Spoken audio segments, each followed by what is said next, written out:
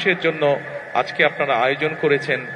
এই মানুষটি যখন জীবিত ছিলেন উনি সকল সময় চেষ্টা করেছেন কিভাবে বাংলাদেশের মানুষকে উন্নয়ন করা যায়, কিভাবে দেশের উন্নয়ন করা যায়, কিভাবে বাংলাদেশের মানুষের বিপদে আপোষে পাশে দাঁড়ানো যায়। এখানে আজকে আমার সামনে বহু মা বোনেরা বসে আছেন। আপনাদের নিশ্চয়ই মনে আছে, সবার কম বেশি সকলের মনে আছে, এখানে বহু মুরব্বী উপস্থিত আছেন যে খালেদা জিয়া যখন দেশের দায়িত্বে ছিলেন সেই সময় কিন্তু ওনার সময় প্রথম মা বোনদের শিক্ষা ব্যবস্থা ক্লাস 1 থেকে ইন্টারমিডিয়েট পর্যন্ত মা বোনদের শিক্ষা ব্যবস্থা বিনামূল্যে করা হয়েছিল। মনে আছে আপনাদের মা বোনেরা? মনে আছে।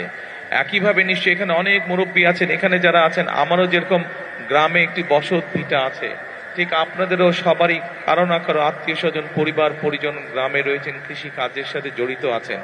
আপনাদের মনে আছে শহীদ রাষ্ট্রপতি জিয়াউর রহমান যখন জীবিত ছিলেন, উনি যখন দেশ পরিচালনা করেছেন সেই সময় আমরা দেখেছি কিভাবে উনি খাল খনন করেছিলেন, সেই খাল দিয়ে পানি এসেছিল এবং সেচ ব্যবস্থা সহ বিভিন্ন উপকার মানুষ পেয়েছিল সেই খাল খননের মাধ্যমে। আমরা দেখেছি যে কিভাবে সেই সময় বিভিন্ন ভাবে ব্যবস্থা গ্রহণের মাধ্যমে চাল ডাল তেল সহ নিত্য প্রয়োজনীয় জিনিসপত্রের দাম সেই সময় কিভাবে চেষ্টা করা হয়েছিল কম রাখার জন্য, যাতে করে সাধারণ মানুষ, আপনাদের মতন সাধারণ মানুষ যারা আছেন তারা যেন ভালোভাবে থাকতে পারেন। প্রিয় কড়াইলবাসী, আমার সামনে উপস্থিত প্রিয় মুরব্বীবর্গ, আজকে আপনারা এখানে দোয়ার অনুষ্ঠানের আয়োজন করেছেন।